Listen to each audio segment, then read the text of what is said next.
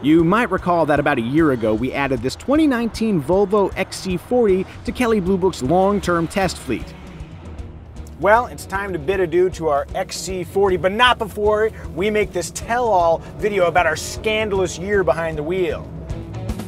Technically speaking, scandalous is a wild overstatement. But hey, you're still watching, and before you call me out on my hyperbole, here's a speedy rundown of our cumulative Volvo XC40 dislikes.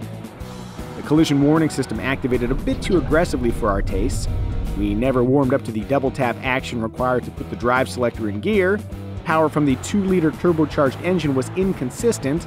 The rear door opening was narrow, and total range was underwhelming. We never topped 300 miles between any of our 38 fill-ups. Oh, and our average fuel economy landed at 22.2 mpg, several ticks short of the EPA's predicted 26 combined mpg estimate.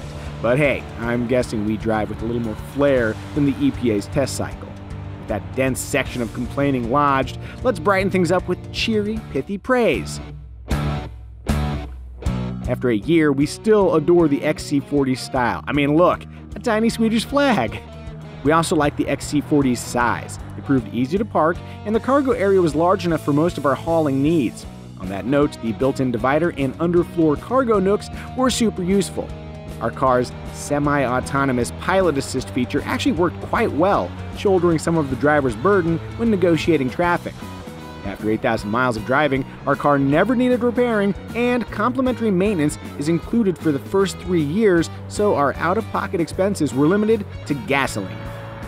So yeah, there was plenty to like, as there should be given our car's relative swankiness. Quick reminder, our XC40 was an all-wheel drive T5 Momentum trim. A base T5 costs roughly $36,000, but we added wireless phone charging, heated front seats, a heated steering wheel, power folding rear seats, a panoramic moonroof, a hands-free tailgate, a 600-watt 13-speaker Harman Kardon audio system, and that pilot assist semi-autonomous driving system I mentioned earlier, plus we just had to have 19-inch wheels and a contrasting white roof. You know, even after a year, if you string all those features together, it sounds like we went overboard.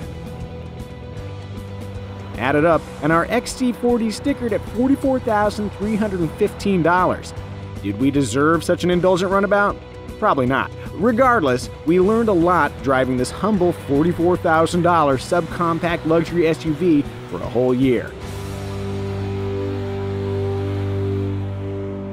All in all, we enjoyed an illuminating ownership experience. Now, if you'll excuse me, for one last time, I'm going to let the XC40 park itself while I crank Vivaldi on the Harman Kardon.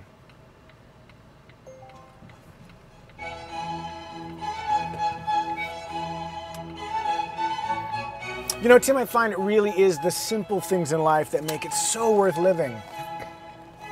Ooh, cheers. Oh, cheers, yes. Oh, we should stop and put it in 4th gear. Okay. I can do a little something here. I'm not above it. They're interrupting my Vivaldi with the dinging. Quiet up now.